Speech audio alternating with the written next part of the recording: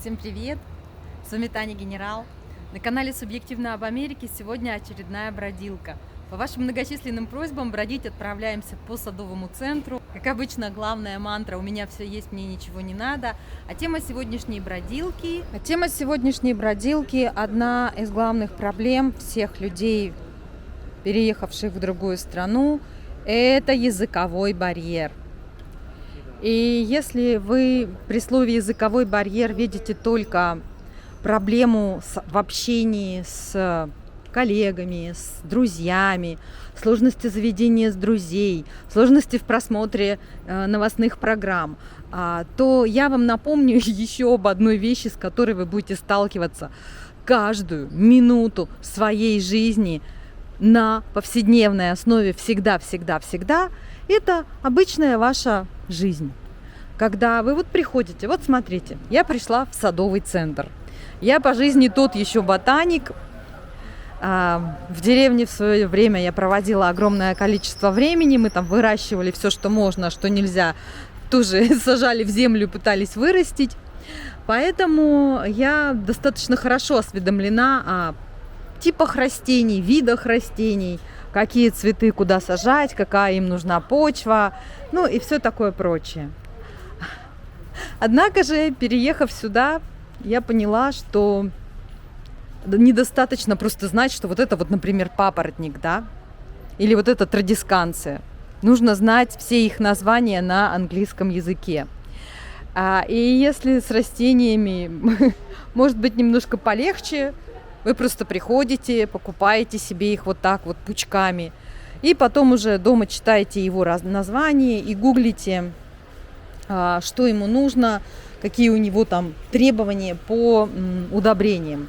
Удобрения, кстати, представлены у нас вон там в огромном количестве, и в совершенно американской манере.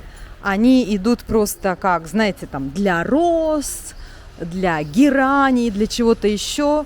Очень мало указывается на удобрениях, их состав и какие почвы, что это дополняет, закисляет или наоборот расщелочает или что-то еще.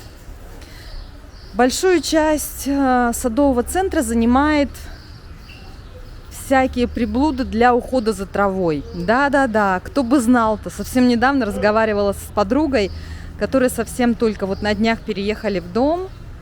И у них там огромное пространство, которое лысенькое. И они решили его засеять травой. А трава не растет. Оно не совсем правомерно имеет право на существование, когда вы хотите иметь красивый ровный газон, как на гольф-поле. Для этого как раз-таки и являются всякие необходимые по сезону подкормки, протравки, подкормки опять. У местных травовладельцев, траворазведенцев целый календарь, и каждый месяц в течение периода с марта по ноябрь все время что-то с этой травой делают, начиная просто с подкормки и заканчивая даже сверлением в ней каких-то специальных дырочек для того, чтобы улучшить дренаж. То же самое со всеми этими остальными травами, приправами и остальным всем. Все требует внимания, все требует перевода, все требует осознания, что же это такое на английском языке, как оно переводится на русский и как можно к этому ко всему применить мои привычные знания, как у нас это делалось. Розы в Сибири у нас, конечно же, не росли, поэтому про розы я только знаю то, что я про них выучила за несколько летних сезонов, проведенных на Украине в гостях у моей свекрови. То, что они росли у них там практически как трава, вымахивали ростом выше забора. И не помню я, чтобы их особо подкармливали. У нас здесь свой особый сорт роз. Кустарники. Выяснилось, например, что у меня во дворе все растет очень плохо в силу особенностей почвы. Почву надо то ли закислять, то ли расщелачивать. На мои все вопросы, которые я пытаюсь задавать в Садовом центре, мне только отвечают: да возьмите почвоулучшитель. Что за почвоулучшитель? Для какой он почвы? Как он на нее подействует? Никого не волнует. Возьмите почвоулучшитель. Приходится все это дело гуглить, искать на садовых форумах. И пользоваться вашими советами и рекомендациями а-ля там полить розы куриным бульоном. Только не смейтесь, такой совет тоже однажды был. И вот представьте себе, что то, о чем я сейчас рассказываю вам, это совершенно смешная проблема, правда же? Ой, подумаешь-ка, она не знает, как улучшить почву. А если вы ту же самую проблему переложите на все сферы жизни, вы не знаете, как купить кефир, потому что вы не знаете название кефира. Я однажды сливки с кефиром перепутала. Посмотрела, написано buttermilk. Мне показалось, что раз butter это масло, milk молоко, значит масляное молоко. Ну, очевидно же, молоко, которое гораздо более жирное, значит, это сливки. Оказалось, нет. Хорошо. С продуктами тоже можно разобраться по картинкам на коробках. А представьте себе ситуацию, когда вам нужно, ужас, обратиться в какую-нибудь официальную организацию и заполнить получение каких-нибудь документов. И вот на вас смотрит суровая женщина с хорошим загаром и говорит: кулю-мулю, кулю-мулю. А вы ни черта не понимаете. И у вас от того, что у вас стресс, вы начинаете понимать еще меньше. У вас вообще уровень дебилизма зашкаливает. Вы чувствуете себя полным идиотом, язык прилипает к небу. Ох, если бы вы знали, сколько я сама через это проходила раз. Что мне с этим сильно помогло, это, конечно же, простой факт, что все можно найти в Гугле и подготовиться. Начиная с названий того, что мне нужно купить. Если они у меня выписаны или забиты в телефоне, я подхожу к сотруднику магазина и говорю: мне надо кулю-мулю, кулю-мулю. Они либо понимают, о чем я говорю, и тычут пальцем, куда пойти, либо начинают сами там лазить по сайту магазина и искать альтернативу.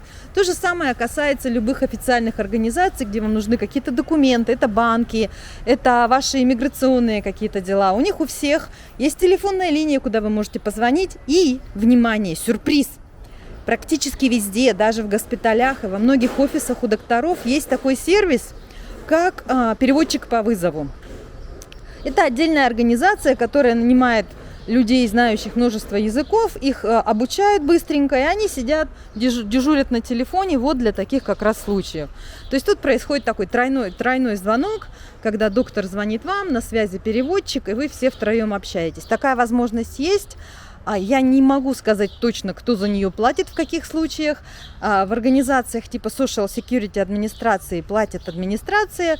Визит доктору в офис придется платить вам, но тем не менее такая возможность тоже есть. Ну и наконец, да, пользоваться по возможности все оформлять онлайн. У каждого банка, чтобы вы не решили там купить или оформить кредитную карту, или поставить себе интернет. У них у всех есть возможность связаться в чате со службой поддержки.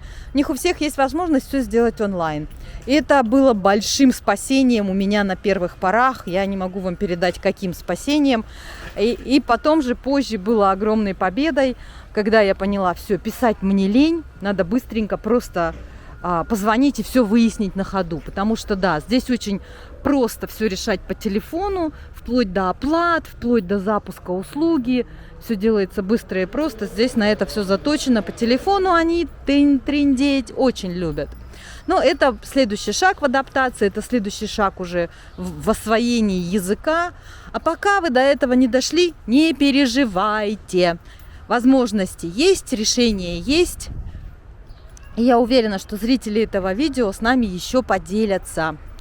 Кто что знает, как еще можно преодолевать языковой барьер, когда у вас проблемы с пониманием. Ну, конечно, мы не говорим даже про то, что надо привести с собой какого-нибудь друга или подругу, который говорит на английском. Это вообще очевидно. Вот, perennials. Смотрите, как вы думаете, perennials — это многолетники или однолетники? Я вот не знаю. Наверное, многолетники — это вот те, которые annual, а perennials — это, наверное, те, которые цветут и потом перестают. Вот. Google это, Татьяна, Google. Ой, мамочка, какая страшная туча идет, друзья мои. Должна прервать запись видео и зайти внутрь. Ну, мы сейчас внутри тоже с вами что-нибудь найдем. Продолжаем разговор.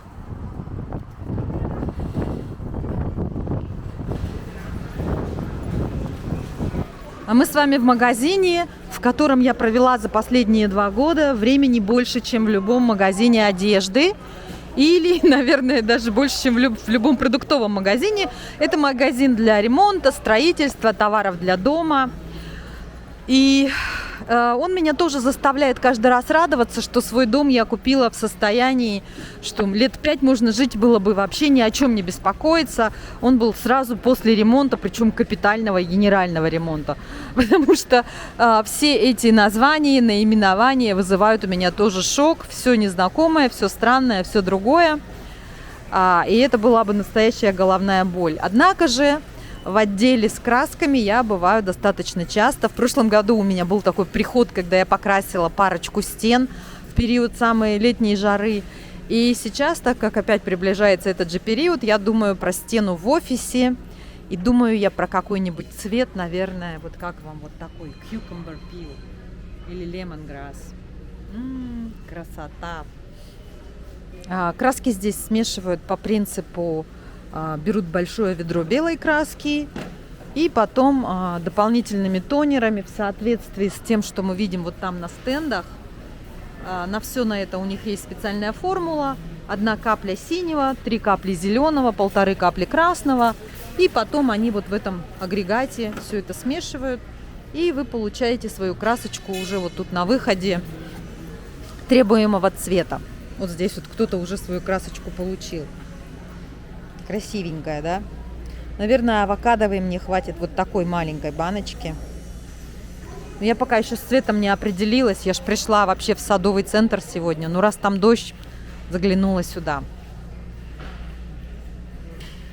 Здесь же, так как отдел для покраски, всякие штуки в виде валиков, огромное количество разных бумаг и покрывных материалов, всякие скотчи защитные. Здесь я выучила много интересных новых штук, о которых я никогда не знала в России.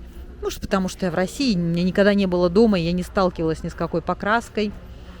Но интересно. Вот так, знаете, побродить, посмотреть, почитать эти названия и в который раз убедиться, насколько это сложнее, когда вы не в своей языковой среде, и вам приходится с этим разбираться. Но тут, как обычно, Google нам в помощь. Делаем большие глаза, хлопаем ими, спрашиваем всех сотрудников. На удивление, сотрудники в таких магазинах, несмотря на то, что они работают part-time и там, ну, знаете, такое вот, они получают $7,5 в час, но но, тем не менее, они очень компетентные, всегда вот так вот увидят тебя, что ты там стоишь, хлопаешь глазами, подойдут, спросят, что нужно, что потеряли. Что потеряли, женщина? Видели, он меня спросил, что потеряли, женщина? Потеряли что-то, женщина? Так, а я вас веду сейчас в отдел дверей. В отдел дверей я вас веду. Зачем я вас веду в отдел дверей, не знаю. Дверь хотела посмотреть. У меня же в душе нету еще до сих пор двери. У меня в душе до сих пор занавеска. Когда я покупала этот дом, они сказали, это так задумано. Вода из душа должна идти наружу. Это типа европейский стиль. Я говорю, знаю, жили мы в Европе. И это, наверное, вы где-нибудь в Амстердаме увидели, где прямо над унитазом есть душ. Во всей остальной Европе душ все-таки от основной ванны отделен стеклами. Где же душевые двери-то? У нас приближается праздник День независимости, который здесь очень просто и коротко называют 4 или 4 июля, 4th of July. И к этому времени в каждом магазине, в продуктовом, в аптеках, в строительном магазине вот такая гора всякого с национальной символикой. Каждый год покупается, каждый год используется, все украшают свои дворы, все украшают все, что могут. Вот такой вот приступ патриотизма. Я каждый год думаю, что надо бы мне тоже обзавестись уже американским флагом, но как-то пока обхожусь маленьким. О, вот у меня нынешняя самая актуальная тема. Это как раз-таки дверь для душа. Я стою между выбором простое, чистое, прозрачное стекло, которое, мне кажется, будет очень сложно поддерживать в идеальной чистоте, и стекло вот такое вот затонированное. Мне кажется, преимущество прозрачного стекла в том, что оно не будет съедать пространство в ванной комнате, потому что у меня там очень маленькое место. А недостаток в том, что его трудно отмывать. Соответственно, вот такое вот как здесь называется, дождевое стекло, оно не требует большого ухода, ну, блин, его же как-то отмывать надо. И точно так же, что вы думаете вот про это интересное крепление? Very sexy. Да уж. Но мне вот такие вот рамы не очень нравятся. Они прям создают какое-то ощущение уж совсем за это замкнутости.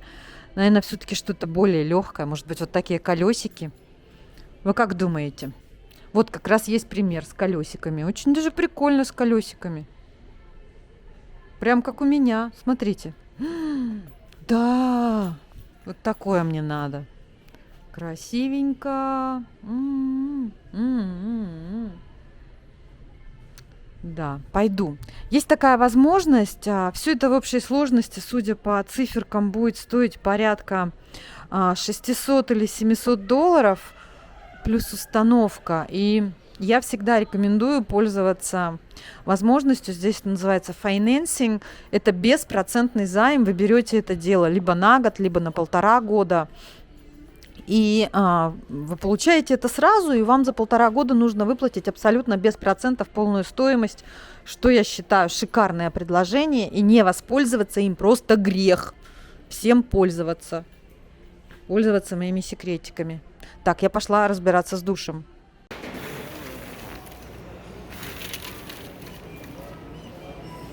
Вот на этой патриотичной ноте, пожалуй, сегодняшнюю бродилку и закончу.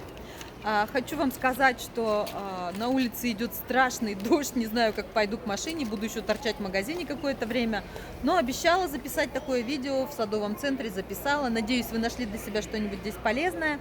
Как всегда, у меня, как всегда, к вам куча вопросов по поводу выбора душевой двери. Если у вас есть опыт по поводу глинистой почвы, чем ее раскислять, только не пишите мне кровью, навозом, у нас его здесь взять негде. И, в общем, да. Вот, это все, что я хотела вам сегодня показать. На улице дождь, хотите посмотреть?